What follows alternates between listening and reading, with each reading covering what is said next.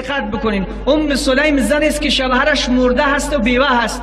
کسی به نام ابو طلحه از این خواستگاری میکند. ابو طلحه کافر است، سلیم مسلمان است. ابو طلحه نوشته میکند به اون ورقی که برای خواستگاری روان میکند به سلیم، در اون ورق نوشته کرده که من طلا هم دارم، نقره هم دارم، جوانی هم دارم، بیا من از تو مطالبه میکنم با من ازدواج بکن، همه چیز را دارم. اگر از هر زن مطالبه بکنم بدون درنگ کردن با من ازدواج میکند، اما من از تو خوشم میآید، میخواهم با تو ازدواج بکنم. وقت ورق میآید به سلیم ورق را میدهند، سلیم مطالعه میکند، بعد به پشتش مینویسد ای ابو طلحه بله زیبایی داری، از هر زن درخواست ازدواج کنی به همراه تو میکند، پولم داری، نقره و طلا هم داری، اما یک چیز کمبود داری.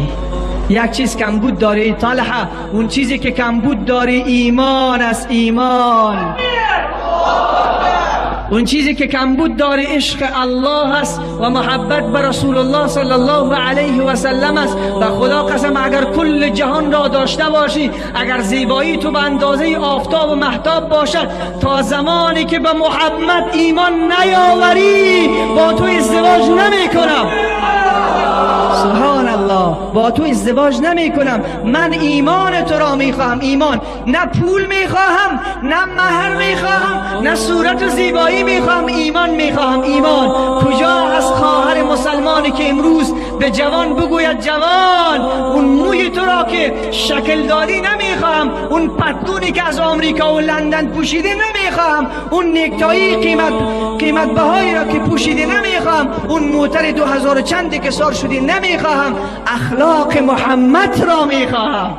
سبحان الله، اخلاق محمد می خواهم، عشق الله می خواهم، زندگی عمر و ابوبکر و عثمان و علی می خواهم، زندگی بلال می خواهم. این را از تو می خواهم. کجاست این خواهر؟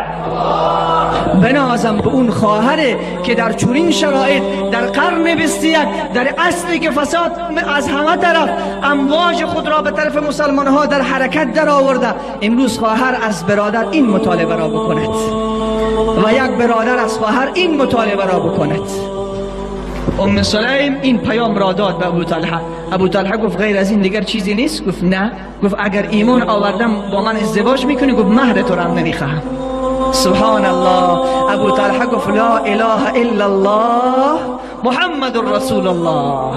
ایمان آورد. گفت این قدر شهامت و شجاعت و مردانگی و اون درون بزرگی که تو داری، هیچ چیزی از من از امورات دنیا نمیخوای، اما ایمان به الله و رسول نمیخوای. این نعمت خیلی عظما است.